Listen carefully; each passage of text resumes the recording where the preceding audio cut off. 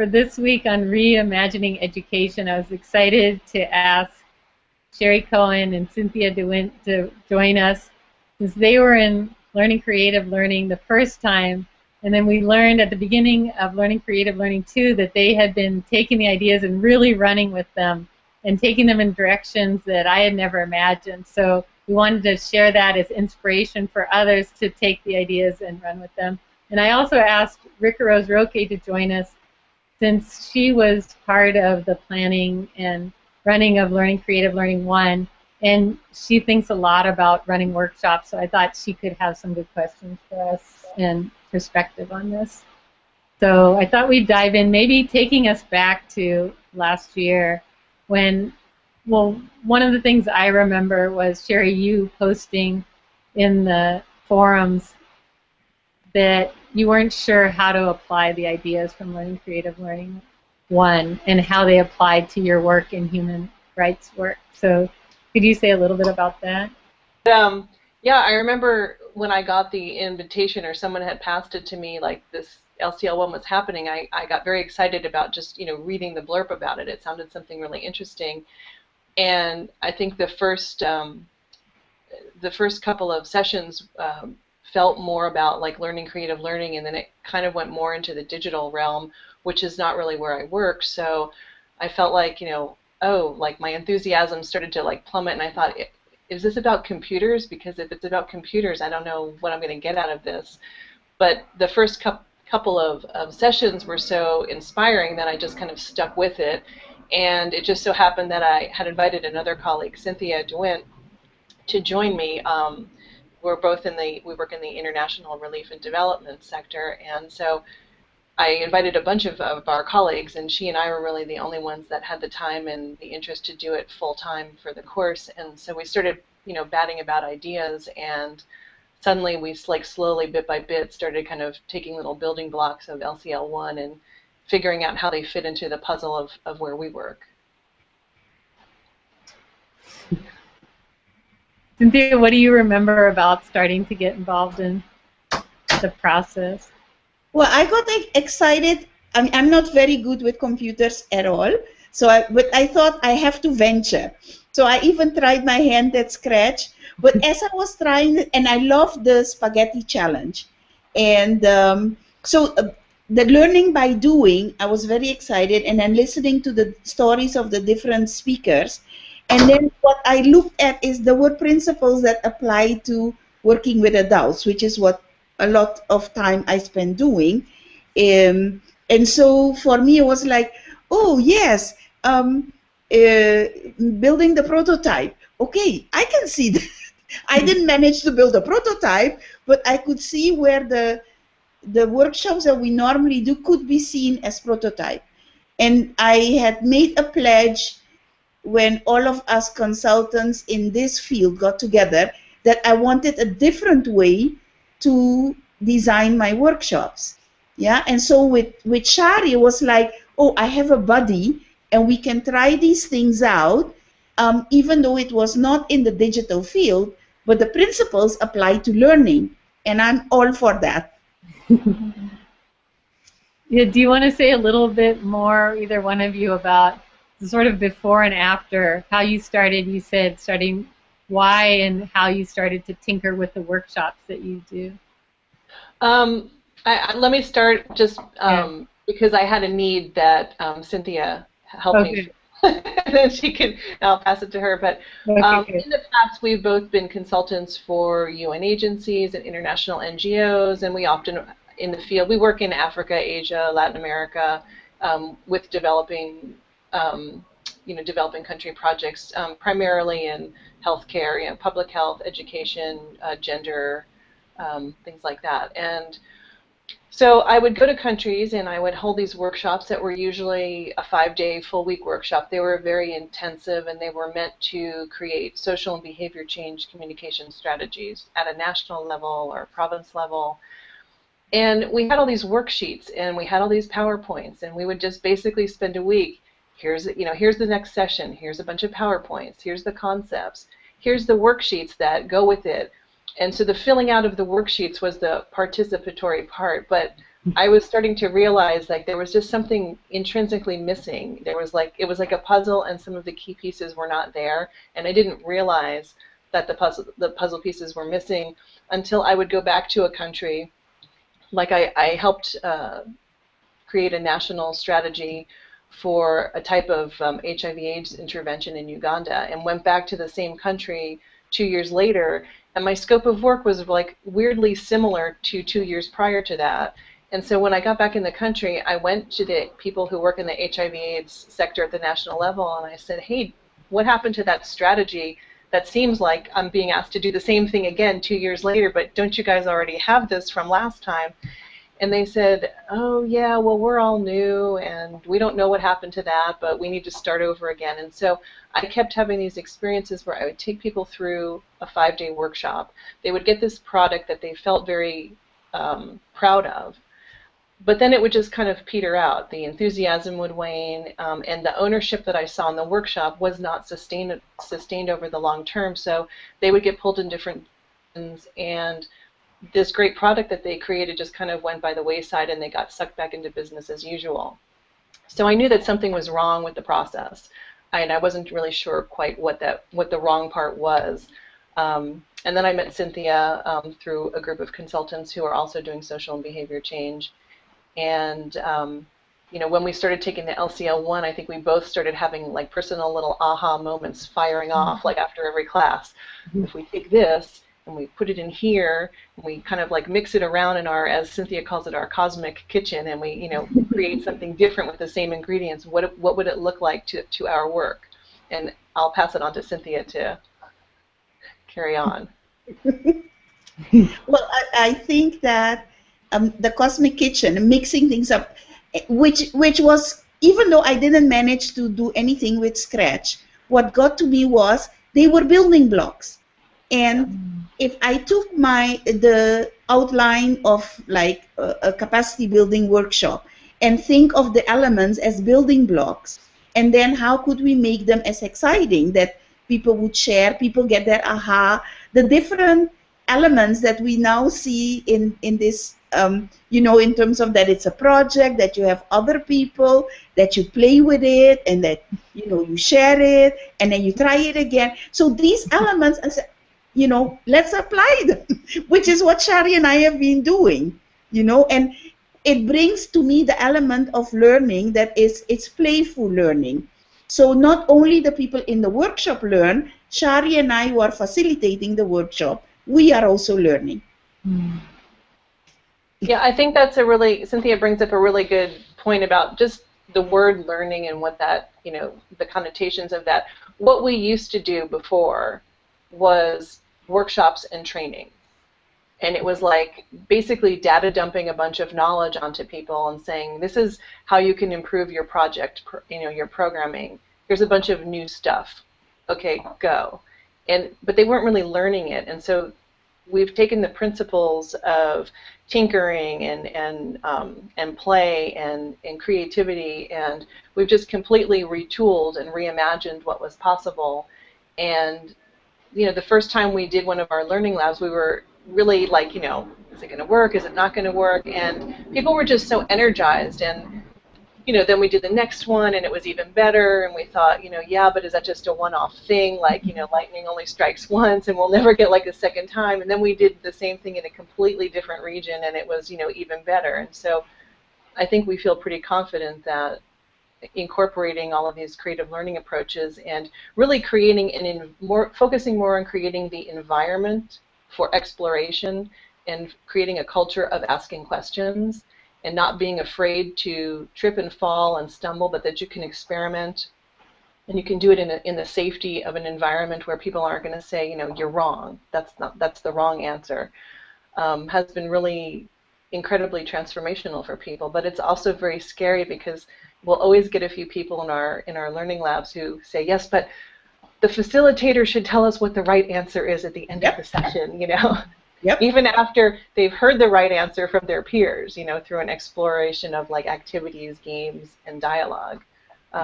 So it's been kind of interesting, you know, watching. Some people get it right away, some people it takes them the week to get it, and other people are still kind of struggling with it, but everyone takes away something valuable. Would you say, Cynthia? Yeah, and I think in that is also when we are willing to relinquish control for the process as we planned it, but are flexible enough to coordinate this environment in which people feel free to tinker. And it's that letting go, it's allowing, it's showing that, yes, as facilitators, we are not perfect. We're here. It's like what they said today about the Lego. It is the idea that you change it, you improve it.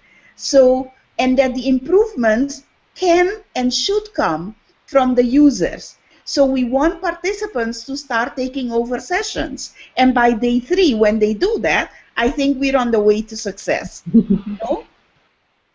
Like an example of how you took something that was a PowerPoint or a worksheet and turned it into a participatory activity. Okay, so there's... you can talk about the modes of participation. Yeah. So there was, you know, we work in the field of social change, and so we have some colleagues who have great minds, and they have some great PowerPoints that are chock full of like really heady intellectual, just deep, you know, interesting stuff. But when we thought about taking these into a learning arena where we have people who, you know, some people are secondary school graduates, some people have gone to, you know, university, some people have post-grad, some people have studied overseas or not, some people live in pretty remote places or not, we wanted to figure out, like, how can we take this information and share it with everyone in a way that they can get it, because, you know, it's sort of a human right that everyone should have access to quality information and knowledge, and it shouldn't just be people who have been schooled at a certain level, you know, can get this stuff. So it was about how do we simplify in a way that everyone could understand these key concepts that were quite intellectual. So I would go through and find, for example, the modes of participation was basically me looking at a PowerPoint, which was this, you know, nifty animated PowerPoint. You would click a button and a new row would zoom onto the screen, and it was all very nifty. But when we used it the first time around as a PowerPoint, it was just a lot of information for people to take in. And so I stared at that thing for hours, and all of a sudden I realized, oh, I can deconstruct this and make it into a game. And so it was already in a grid format, like a big table. So I basically just deconstructed it, and I transferred each of the blocks onto a separate Word document. So each tile became like one page of a Word document. And then I printed them out, you know, in really big font. And then I took them to Kinko's, and I had them printed on colored cardstock. And then each row was a different color, which coordinated with a different component of a mode of participation, which is a human rights-based approach at looking at whether we are engaged in tokenistic participation or full empowered people, you know, doing it by and for themselves participation. And much of development is still the tokenistic part, quite frankly. So it was a really important concept to get across. And we basically just, you know, created this table game where we would give each of the tables layer at a time, and instead of building from the top down, we had them build from the bottom up, because the bottom section was like the section that really was the part they could resonate with. It had descriptions of different types of ways of working with communities that they would resonate with more easily, rather than looking at the top of it, which had like headings that were like co-option, which were a bit difficult to understand. So we had them built from the bottom up.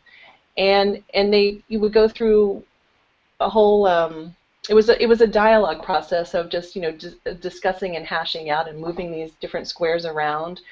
And it was a different type of learning. And it's one of the sessions that in the anonymous online evaluations that we do after each event, it's one of the sessions that gets the highest marks, and people say, you know, that was really like a deep learning moment for me, because I realized that I was, like someone in Nepal recently just said, I realized that I thought I was actually being participatory, but I actually was really being tokenistic with my counterparts in the community, and I had no idea I was being tokenistic. I thought I was being rights-based.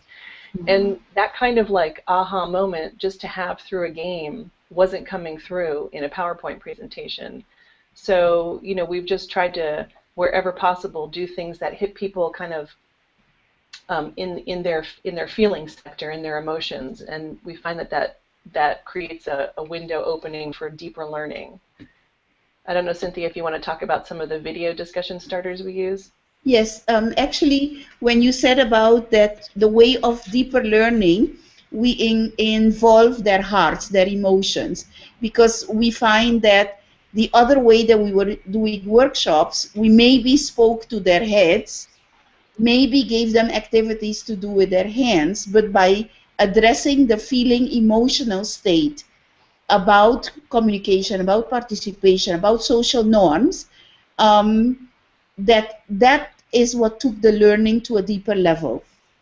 And we are always surprised what comes out. For example, on the same thing with participation, we have participatory communication and non-participatory communication. Again, beautiful slide sets and PowerPoints. And then one day I was looking at it, and then I found video clips of Alvin Ailey. You know, it was an ad for their new season, and I found one that reminded me so much of participatory communication, and another one that reminded me of non-participatory communication. So we thought maybe, and they're only like 2 minutes, yeah? After dealing with a lot of the concepts and people have been talking, so then we said, okay, we're going to show a video, and you tell us which of these two videos remind you of the concepts that we've been talking about in participatory and non-participatory communication. Well, the way people use the concept was so striking. Some of the comments they make, and then still people had doubts, like, but after discussing all of that, non-participatory communication is good, no? So then we asked, would you live in a country that has non-participatory communication? And that, you know, it became very clear. Nobody wanted to live in that country. So I think by addressing the feeling, emotions, and people putting themselves in the place and using films, using games, I think it draws people into the concept in a way that only talking about it wouldn't do. I'm curious, it's been great to hear all the different ways that you've been kind of incorporating the kind of principles you've learned from the course and into the work that you do. I'm curious also, as your strategies of engagement have changed, what also your strategies of evaluating people's experiences? You mentioned there was a survey that you gave them at the end, but during the workshop and after the workshop, how do you know how things are going for the participants? Are there certain signs that you look for, things that you ask yourself to understand how it went? Actually, what we ask is that they do it. So on the first day of the workshop, when we're setting the, we're asking people what are the norms for learning and what group agreements they can make to make it a learning full event for them. So they make these, and then we select, we make a sign-up sheet. So people can be eyes, ears, or guardians of the process. And these people that select, every day we have different sets of eyes, ears, and guardians. They sit in the evening planning session when we reflect on the day and look at the day ahead. So at that point, it's very raw in front of us, like, this was good, this wasn't good, this we like, we want more of this, can we spend more time outside, can we have more time for discussions, can we change groups? So all kind of requests to make it more relevant for their way of learning according to the norms that they set and agreed upon in the beginning. Now, these processes, we call them processes of participation, but it's also that they take ownership for their learning. It's almost like a learning contract if you take it, you know, in a larger course. But for the 5 days, they will go through it, and in one of the last workshops that we had, the third day was completely changed on the suggestions of participants. They ran the sessions. They decided how it would go on the basis of their needs. I don't know. Does that make sense?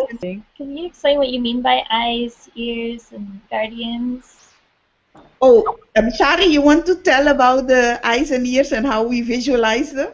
Yeah, we have some photos we can share with you in detail to show everyone here. But basically, the eyes and the ears are looking and listening, but actively, proactively, not passively. Their job throughout the day is to, like, be observing, looking and listening and hearing what's the tittering going on underneath, like the undercurrent. What are people saying about, like, that we can't hear because we're in a different part of we're in a different mindset leading everything. What are people saying about during the tea breaks, during lunch? Is there some kind of dynamic that's not working? Are people like really energized? Are they lagging? Do they need energizers? Like what's going on? So eyes and ears are responsible for that, and we give them funny props to use just to kind of make it something that they really enjoy doing. And then the guardians get like a sheriff's badge, and they're basically like in charge of managing the group, because oftentimes it falls on us as facilitators. And again, we're coming into multicultural situations where there's different types of social norms about this type of stuff, and we don't want to be people's parents. We're all adults, and we're all there for hopefully the same reason. So we put it to them to say, look, you don't like people are still texting on their phones, or there's like side talk. You deal with it. You figure out a way to deal with it. So, for example, in the most recent learning lab we had in Nepal, I think on the third day or so, they were really annoyed with a certain group of people kept coming late after breakfast, and they would walk in after we had already started the first session, and then everyone felt compelled to go back and like start over again. So they said, okay, we still have some latecomers, and they decided that they would make them do a Nepalese monkey dance, which was just, there's this funny kind of like dance that they had to do. So anybody who was late coming to the room had to stand at the side of the room, and when all the latecomers had assembled, they made each one do like their own separate monkey dance in front of everyone before they could sit down and then join the group. And I mean, if we tried to do that, that would have been like, culturally, people would have said, oh, I can't believe you're doing that to people. That's terrible, blah, blah, blah. But it wasn't us doing it. It was participants saying, like, this is appropriate, like, kind of like just razzing our peers a little bit for being late. And so we let them figure out how to take care of all this stuff. One day we were at a forest resort, the last place we were at, and people wanted to take like a walk in the forest, but there was never enough time. So they wanted to do that on the last day, and we said, look, we're here for a specific purpose, but if you want to do this, this is the time we can do it. And they had to get up super early and make a commitment to do that and be back in the room by a certain time, and that we would stay a little bit later that day even though they wanted to leave earlier. So that was their decision. They voted, they decided what to do. And it works out really well. We had a situation where somebody made a comment that was a bit callous towards one of the other participants' comments, and so that came out during the Guardian discussion at the evening planning meeting, and so we had to figure out a way around that. And again, instead of us dealing with it, we said, should we talk to the person? And they said, no, we'll take care of it. We'll figure out what to do.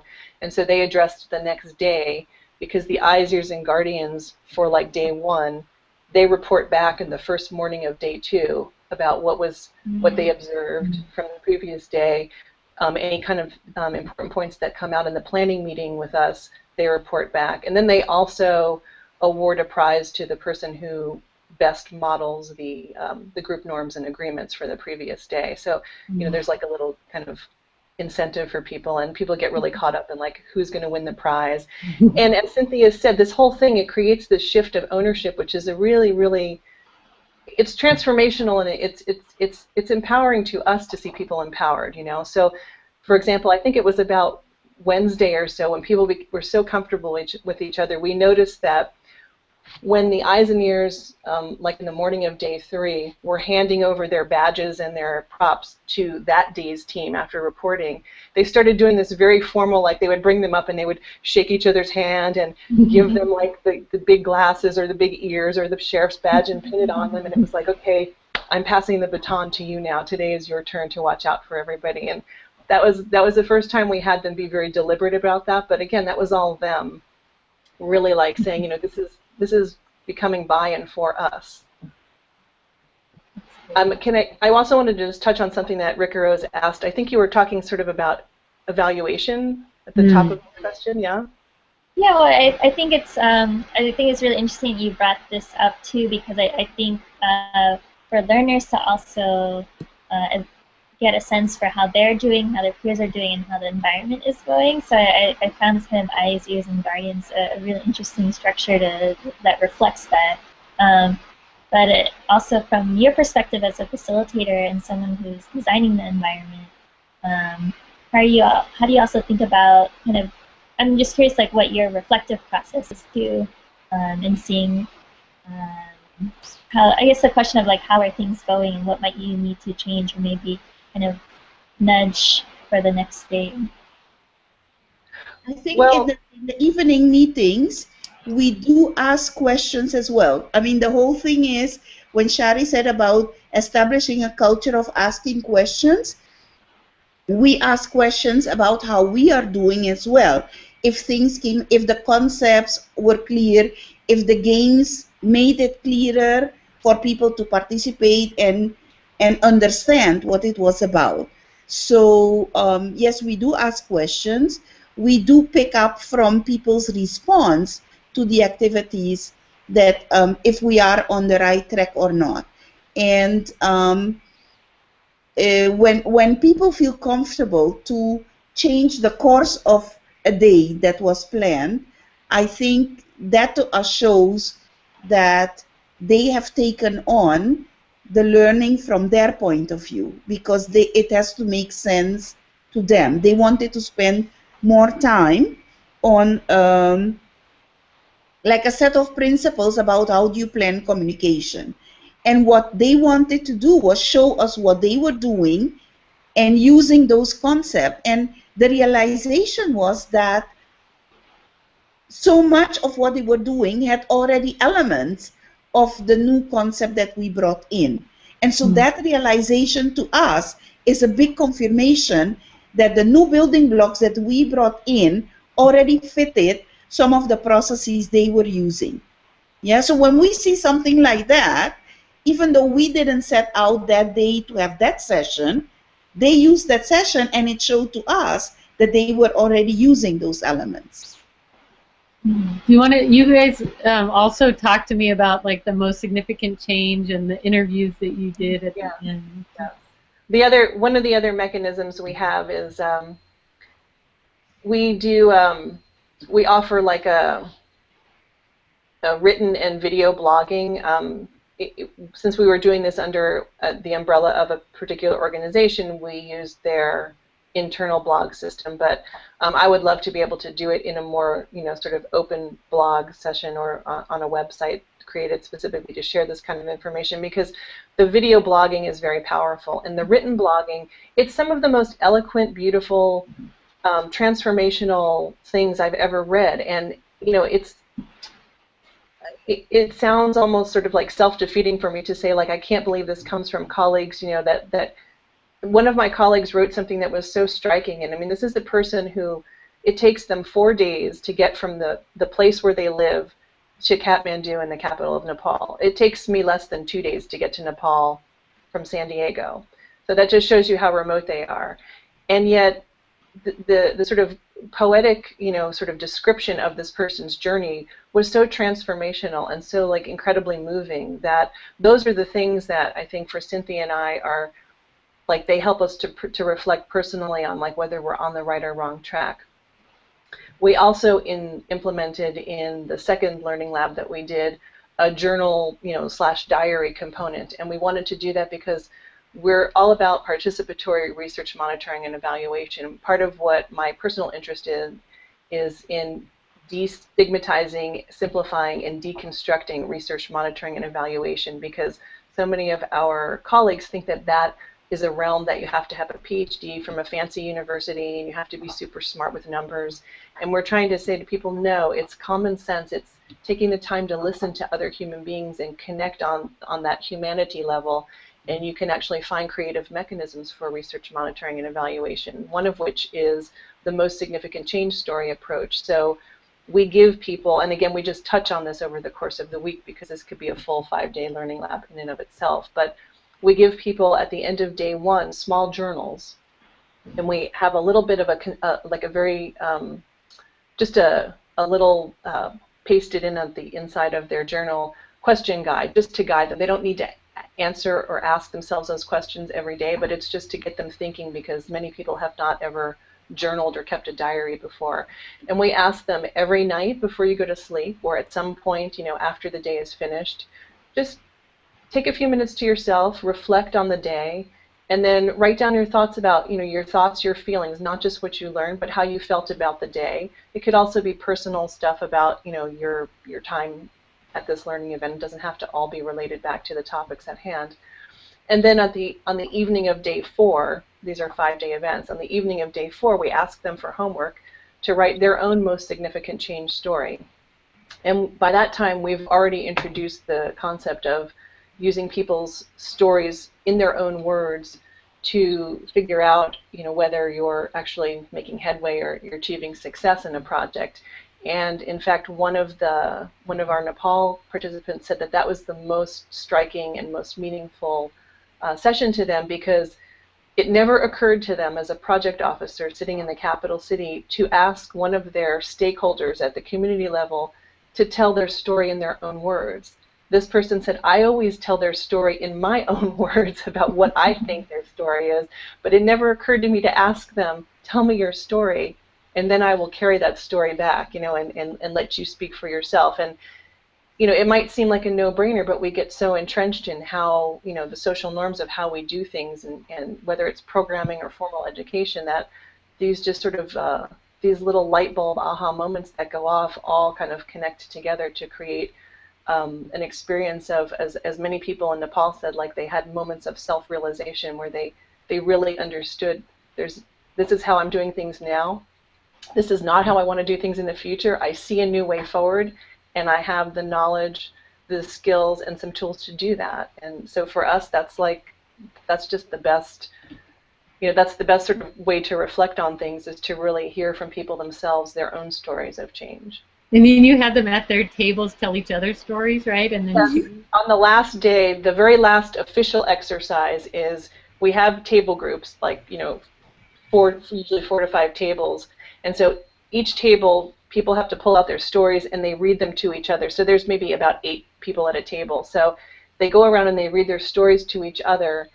And it can be really emotional, because we had one table in our Zanzibar workshop where they said it was the crying table. Everybody was like weeping after every story was told, and I said, are they bad? Are they like really upset? And they said, no, they're just like so moved by everyone's stories that once they started crying after one story, everyone told their story, and it was like everybody was just like, teary-eyed.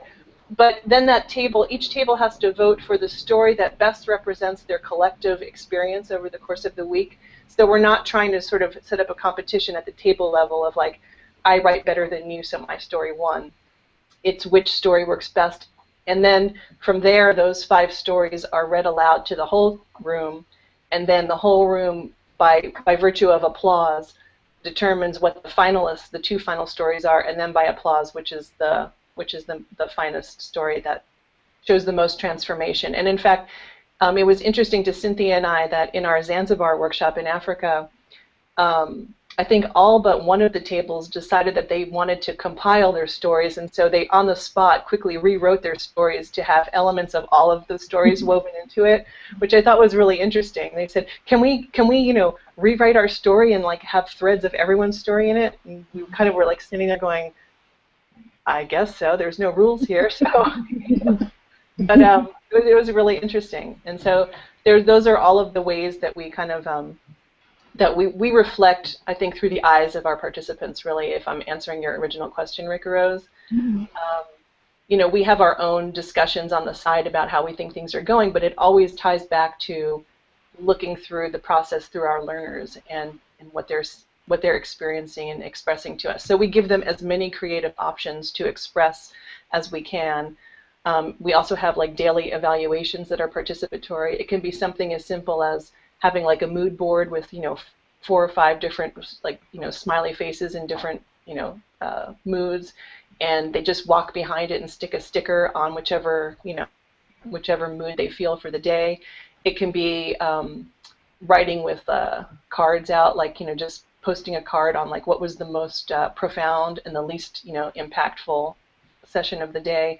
We have a variety of things that we do on a daily basis. So we've got a lot of different things going on simultaneously that are both teaching people different varieties of how to themselves use participatory, monitoring and evaluation techniques, but are also monitoring and evaluation techniques for us during the course of the week.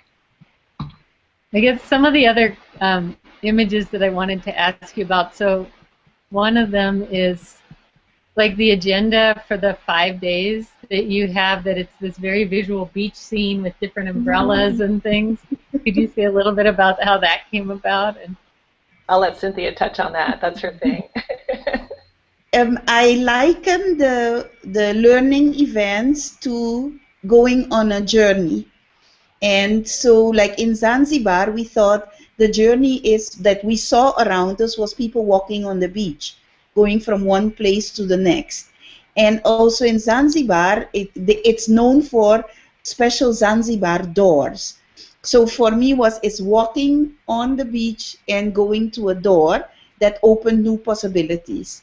So each day was a beach umbrella, and we collected sand from the beach and put it in the footsteps to bring the flavor of the place and that people could relate to, because they are in a new place. And if we could say that every day took us from one place to the next, so we would give every day a theme, and it was like to entice people to move to start moving from where they started and end up in a new place.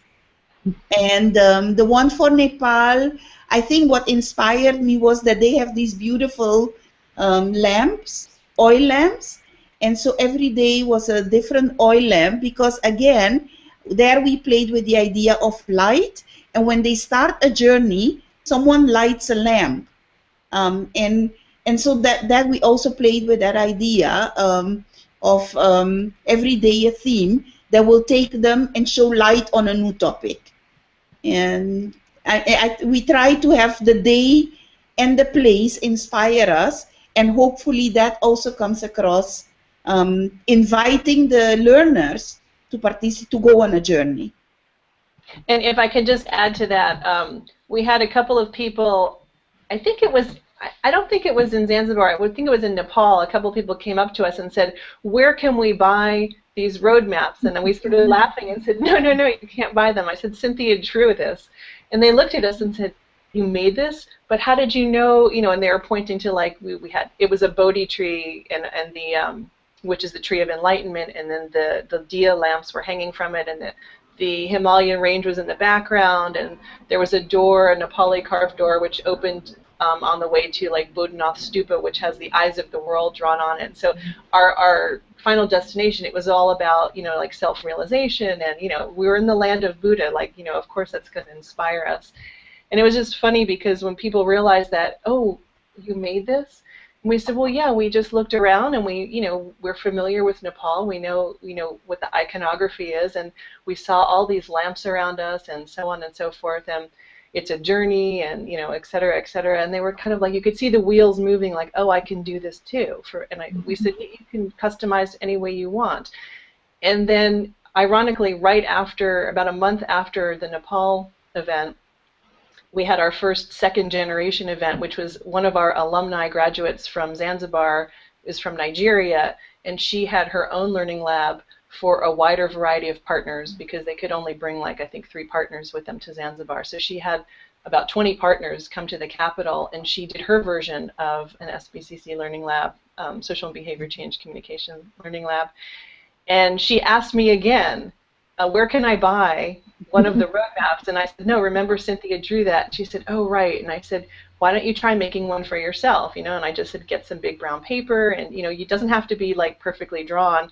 And sure enough, they did their own, and they used their own iconography. And I have, like, a not so great picture of it. It's hard to see it, but I mean, it was really heartwarming for me to see someone, taking just simple things and moving them forward. Another thing that we noticed was that the way we do our agendas, we have, like, the daily themes, as Cynthia was pointing out, and we had made a logo for one of the organization, or one of the first events. And then I started to see subsequent anything that was related to this topic from that group of people, they started using the logo and they started kind of nicening up, if you will, their materials. And it was just a small thing, but it showed a different level of pride in their work, and that being creative in little ways just made them feel good about their work. And so there's just stuff happening on so many different levels as a result of these learning labs. And you know, the learning labs that we do are a result of LCL 1 and what we got out of that. So it kind of all comes. It's amazing to me to see. I guess another way where you said like really let them be creative was something. Did you say at the beginning they tell the story of their project to each other and they can use different medium? They can tell a story, or is that what it was at the beginning? Yes, yeah. They create a poster. On day 1 in the morning, we have what's called a project share fair. And it's so that everybody can understand what everyone else's projects, because if you're in a country, you might be working in different districts, and one district might be focusing on one particular project that focuses on, you know, village level health workers, while another one might be focusing on young people working in factories. So the projects can be very different, and they often don't have that cross collaboration, you know, peer-to-peer learning, you know, co-learning opportunities. And so we try to create that by having people create their own posters. And the first time we did it, we were just really stunned at the level of creativity. I mean, we had our partners in Ghana were like, we brought things like crepe paper, and one of my colleagues said, this is the most tricked out art supplied workshop I've ever been to. And it's not a workshop, it's a learning event.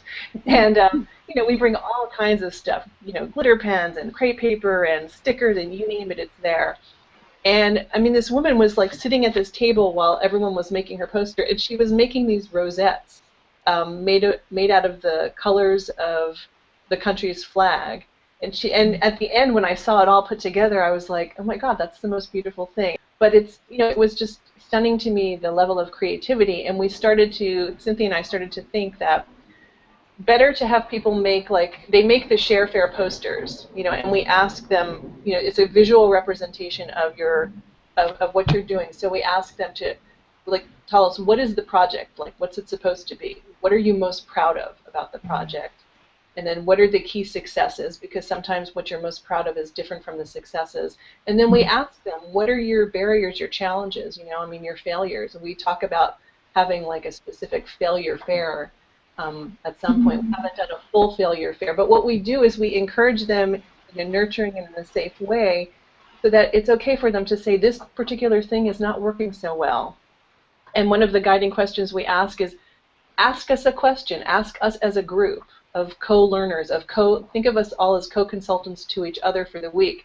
What would you like help on? Is there a question or an issue you want us to help you answer? And we'll try to work together on that on the side during the week. So they present this on day 1, and then we sort of bookend it with day 5 in the morning. They create their next steps roadmap, which is to basically map out what they're already doing in key milestone markers, and then take what they learned about social change and behavioral change and add into it things that are, we ask them to like denote what things can you add in, like what principles and processes that are low cost, no cost, that you can do right now forever.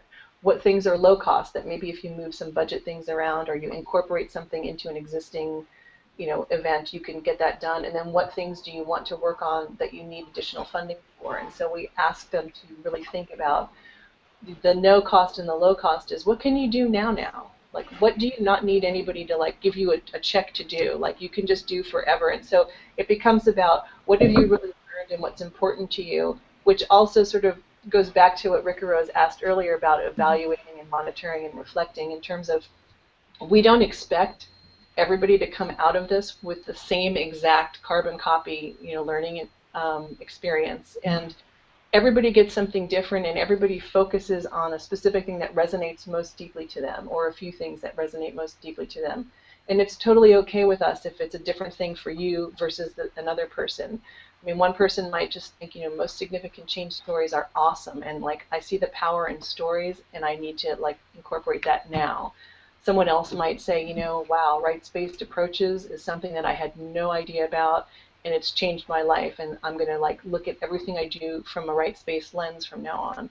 So it sort of brings up the challenge of like, when you are truly creating creative learning environments, and it's okay with you the person or people who are creating an environment that's, ripe for creative learning, even if you're okay with like people coming away with different learning, how do you make people who are not okay with that, who say, well, at the end of this course you have to be able to do X, Y, and Z, So we think about our objectives, our learning objectives, and we craft them in such a way so that you can kind of go in any direction underneath that. But we have to be very conscious when we create objectives that they're not too sort of like one note, one-dimensional, or too structured. And that's a challenge. It's a challenge when you work in an organization, whether it's an academic organization or a development organization. It doesn't really matter. But there's someone above you that wants specific outcomes, and so it's sometimes hard to say, well, the outcomes are different person to person. But I think also that if they can see that different participants put other things into their new roadmap or their new project poster, the fact that they put something in that they received or worked with during the learning event shows that it already bore fruit. For example, the woman who did the Next Generation Learning Lab went back home, it means that she planted during the Learning Lab in Zanzibar, already budgeted for it, already had in mind who she would invite, and when she got home, it was how do you convince the people back home that these are the results of what she just learned.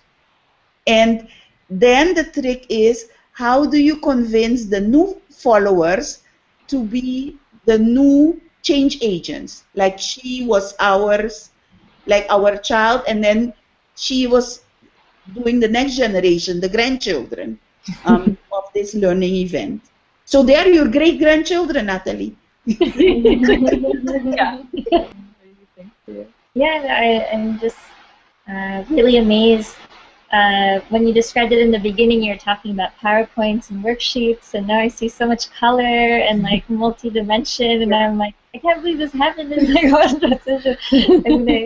I think about our own process, it's like evolved over a long period of time, and so when I see these photos, I'm like, wait, you were PowerPoints and worksheets before? That's hard to imagine. Yeah, no, it's true. It's I think the most gratifying thing about the way we've started working now for Cynthia and I'm going to speak for Cynthia, is that it energizes us to see people become empowered. And so seeing those like little light bulbs of transformation that kind of like, it's like that things is like firing off, through the course of a week, through either just comments or overhearing conversations or participation in an activity or a video blog or a written blog, as we start to sort of see and experience other people's aha moments, it's an amazing, it's an energizing thing for me, and it encourages me to move forward with this work and try to figure out how to bring this approach to more people, because I think that what it does is, even for people that are not going to go on to be working in the technical area of like the topical area of a project, a lot of people will say in the evaluations afterwards, I can use this in my personal life, like this just so enriches me on all levels. And so I think that actually, whether you realize it or not, and I'm not sure that you do or did until I started talking to Natalie, when we started talking to you this year, but what I see you engaged in from LCL 1 and LCL 2 is you're engaged in creating open learning using rights-based approaches. Maybe you don't use the same language we use, but you're trying to make available a class that is held, at an institution that's considered fairly elite, very expensive. Only a limited number of people have access to like actually sit in a classroom. And yet here you are, opening the doors to having, thousands of people participate and learn together for free. And that's a rights-based. I mean, you're creating. There's a mode of participation, and I'm not going to tell you. You're going to have to look at the mode of participation and decide where you are.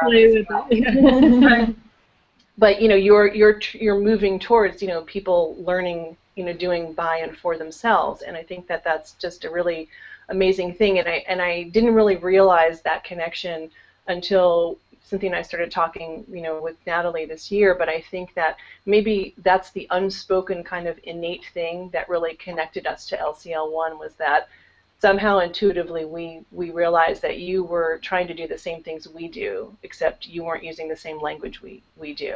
Mm-hmm. And one of the biggest empowering things that we see in our learning labs is when you give people the language to speak about something, particularly when they already knew some pieces of it. They'll say, oh, I didn't know I was doing this thing that's considered an international standard, or that's considered cutting edge, or that's considered creative. But I'm actually doing it, and that's the whole reason that in Nepal that they wanted to reschedule day 3, was because they wanted to show us we're already doing some of what we think we're doing, what part of what you're talking about. Now we want to compare and contrast where we're lagging, because we want to figure out how to fill in those gaps. And so that was a very exciting moment for them, and so a lot of the feedback was just very energized around the empowerment of having a language to talk about these things now. Yeah, that's what's interesting, that even though a lot of it is their work, but you're still bringing in some kind of frameworks for talking about it, but then again, you're trying to make it as much as possible that, trusting that they're going to figure out what's the progression, right? If you give them the pieces, that they can probably figure out what's more empowered or less, right? Is that what they're doing in sorting out those parts? Yeah. And always we work from their experience to the concepts. You just need to have that person get it and then explain it to another person and so on, and then all of a sudden it's like wildfire. It goes around the room and everyone gets it, whatever it is at the moment. And I think that's the thing that I was always wondering in my work over the last 27 years in the field of international development, is I would find these little gem projects that would be hidden in some dusty village that was very far from a capital, and I would see some amazing little project that was working beautifully.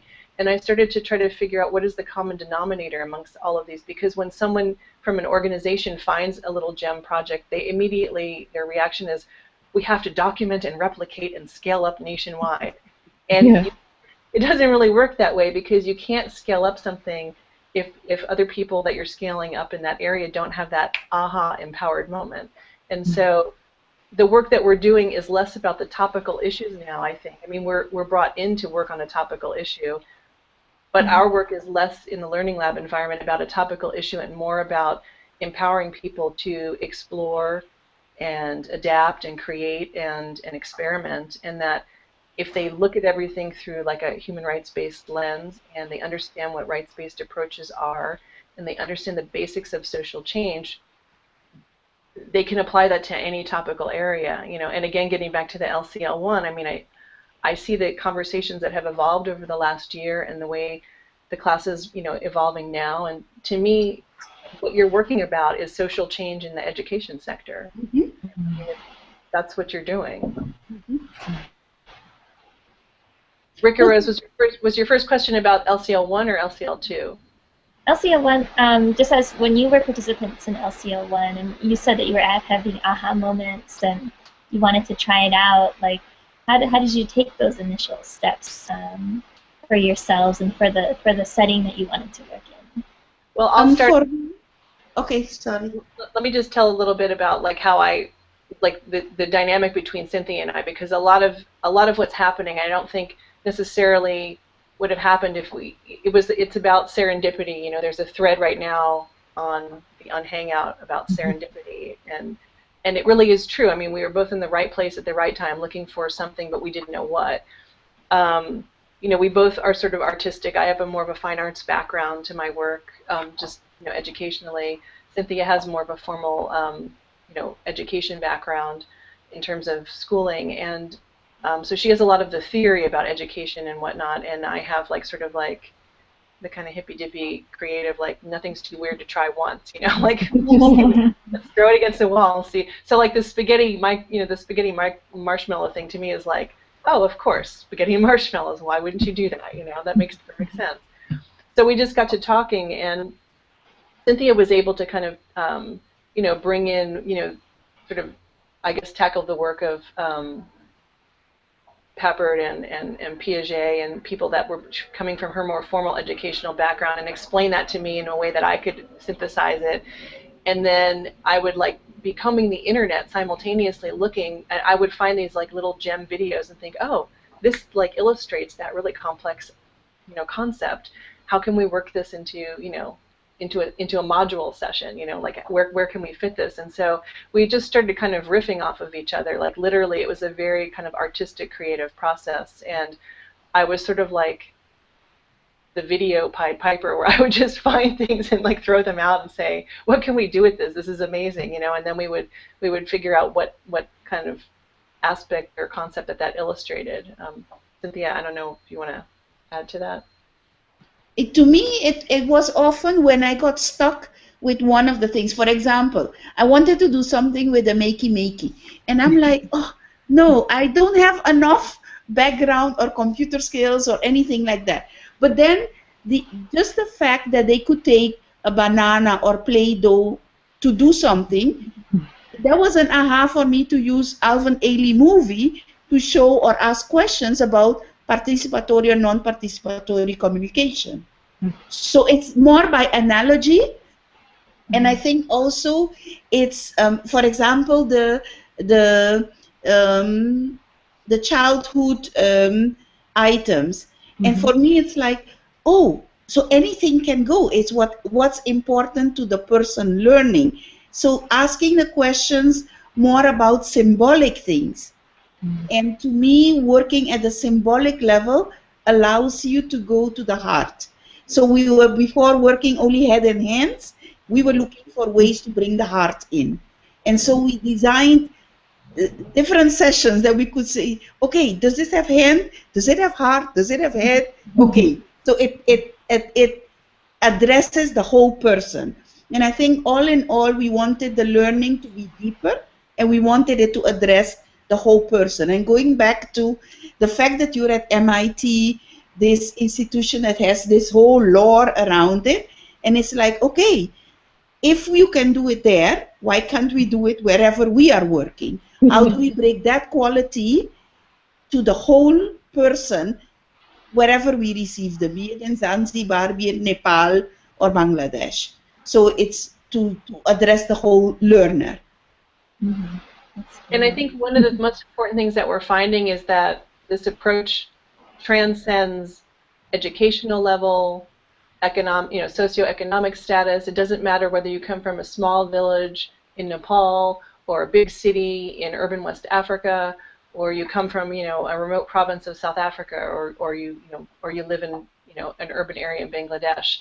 It doesn't matter who you are or what your social norms are. When you come to the table, there's something that equalizes about this whole thing, and I think that it's because of this sort of this equation that we have, which is the H plus H equals H is head plus heart equals hands, which translates into knowledge is in your head, feeling is in your heart, and action is what comes out of you through your hands, through whatever you do. And so when we make sure that we complete the equation, so to speak, in each kind of like modular session that we're working on, great things happen. And I was skeptical at first. The first time I saw the Alvin Ailey stuff, I said to Cynthia, "Oh my God, like really? Like, what's a room full of Bangladesh, public health people going to think about this like really like freaky, modern dance stuff? It's like pretty esoteric." But the discussion, we didn't explain it. We just at the end of that session we showed it, and then we said, "Okay, discuss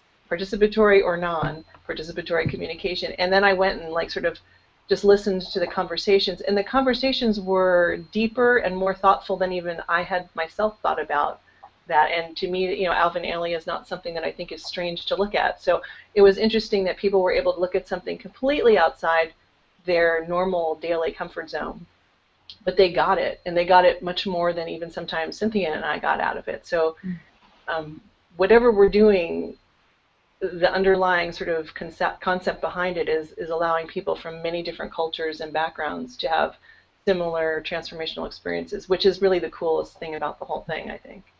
And I think if I want to bring it back from leading from the LCL 1 to the LCL 2, it's that I see what we try to do is to create a level playing field for everybody.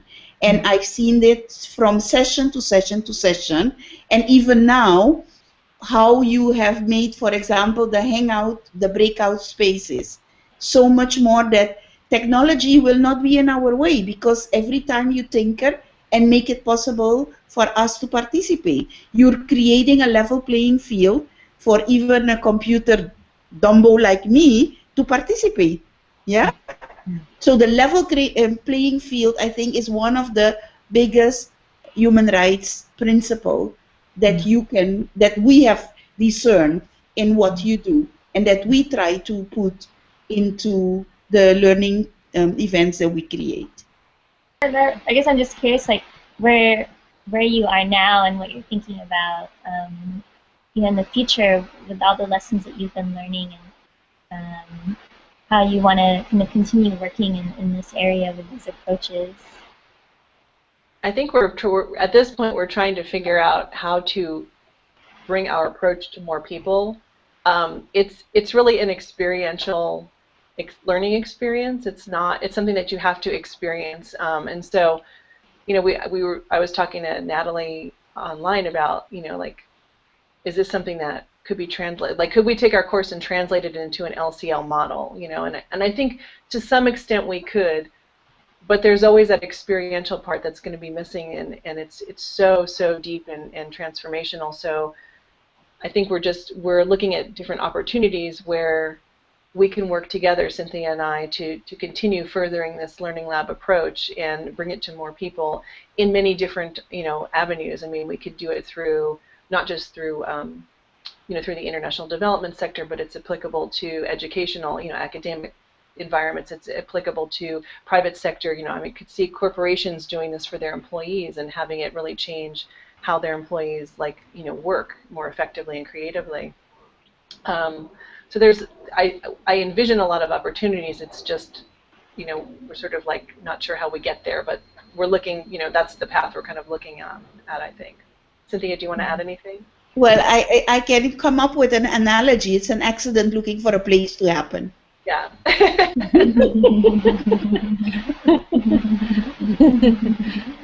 Yeah, like Shari said, there are different settings in which we can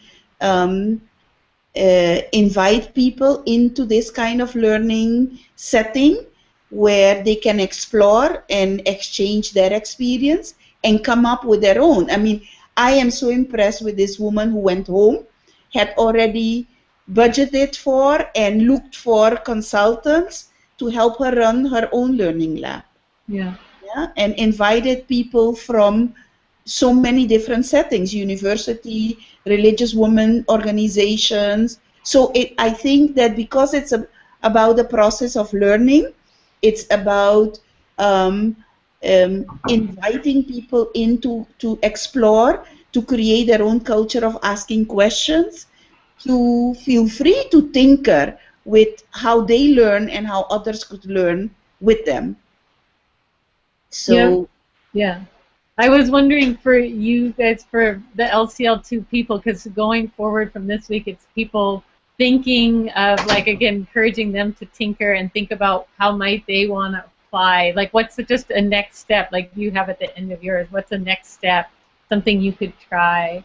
Do you have thoughts for them about how to think about taking that first step, maybe, or next step of applying LCL? Where they need to start is, what are the questions that they are most stuck on? Because that would be the place that they want to look for answers.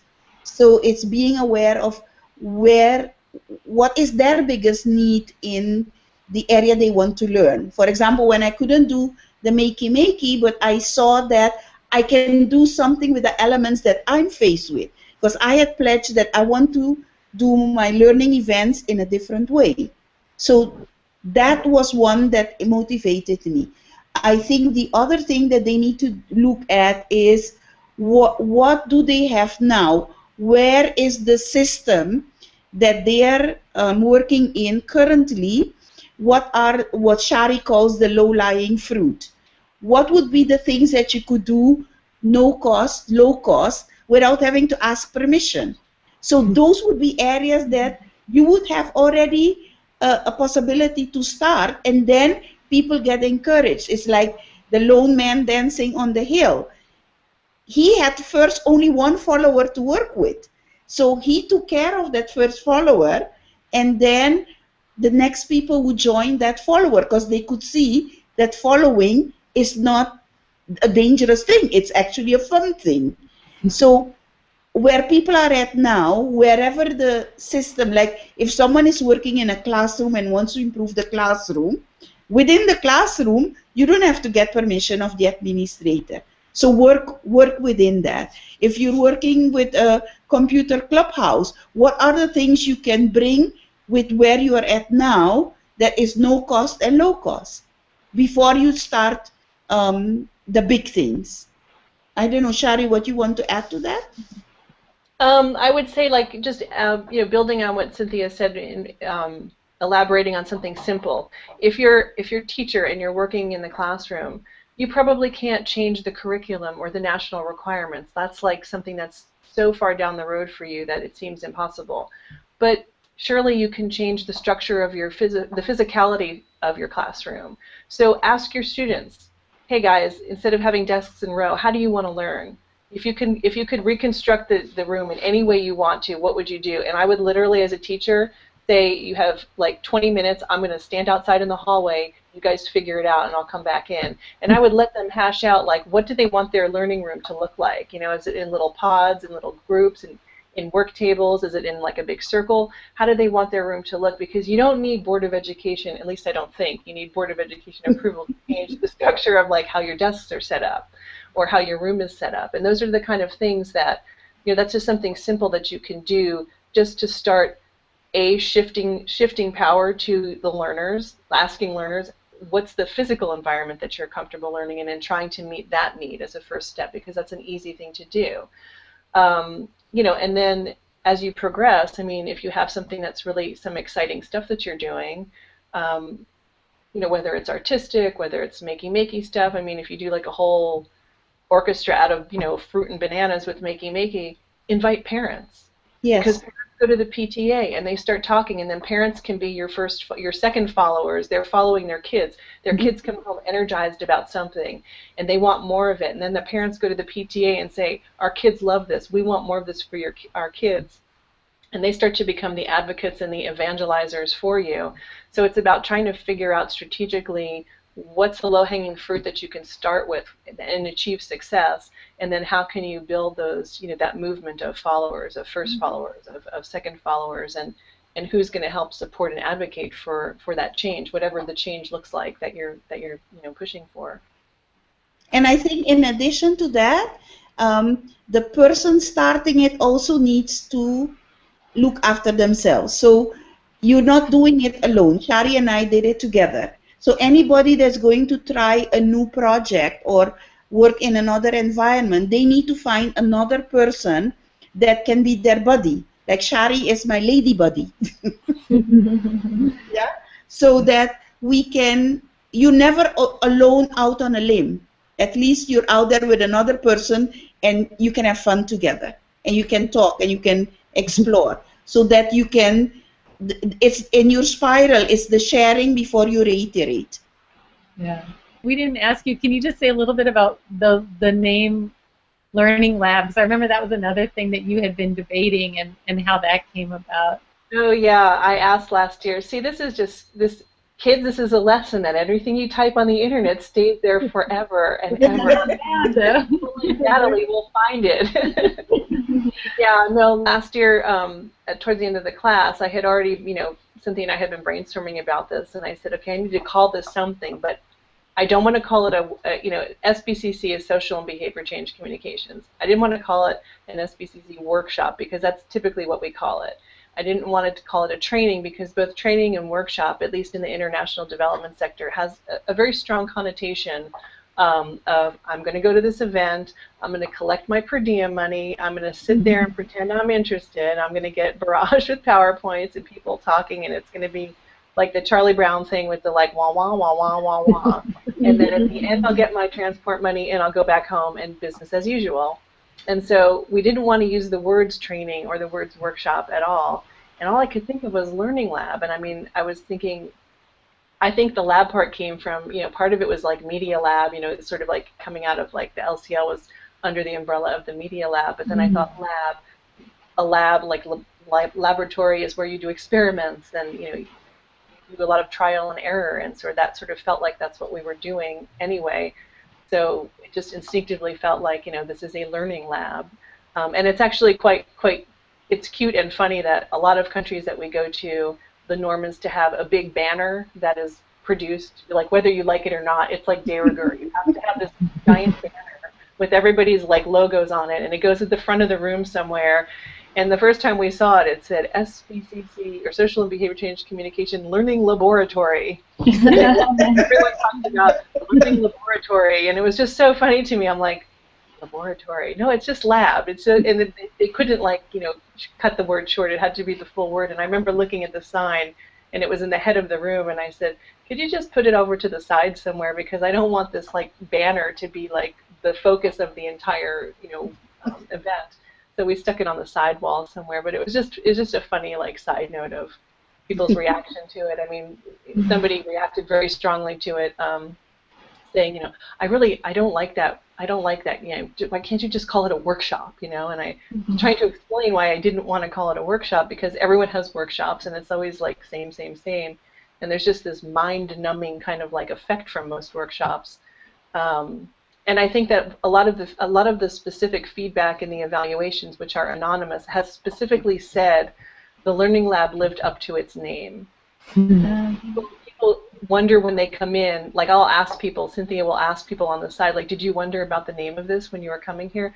Yes, we don't know what is it we are coming to. It's what does it mean, Learning Lab, And then at the end, they're like, no, we get it now. Yeah, and like you said, so at least people are curious, okay, I haven't been to one of these before, so that cues them in. This is going to be something different. Right? Yeah. Well, the other thing that makes it different is, we have a reflective meditation exercise, and we ask them to bring an object from home, and I won't say what, because hopefully you'll go through this experience at some point, so I don't want to ruin it for you. But everyone always wants to know, why do you want us to bring that thing from home? But and I thought the first time when it was Cynthia's idea, I said, no one's going to bring that thing from home. She said, Shari, they will. When we got to the venue, I said, did everyone bring their thing from home? Yes, we have it. I was the only one who didn't bring it. I had to go and find one at the location we were at. But it was just funny because everyone was wondering, why is it called a Learning Lab, and why do you ask us to bring this thing from home? We asked people to also bring at least one quote that's inspirational to them for an inspiration wall where we have them put quotes up. And there's just things that they've never been asked to do before, but they've got all this stuff. It's all inside them. Just no one's ever asked them to let it out and share it with other people. And when they do, that's sort of when that multicultural, cutting across all sectors, thing happens, where it doesn't matter who you are, you've got something that gives you inspiration, you've got some, interesting thing to say, and all of a sudden, you're in an environment where people are saying, what do you think? It's like, you want to know what I think? But you're supposed to tell me what I think. No, tell me what you think. So, it's sort of that whole culture of asking questions and just creating, that safety to explore and tinker is, I think, at the heart of it all.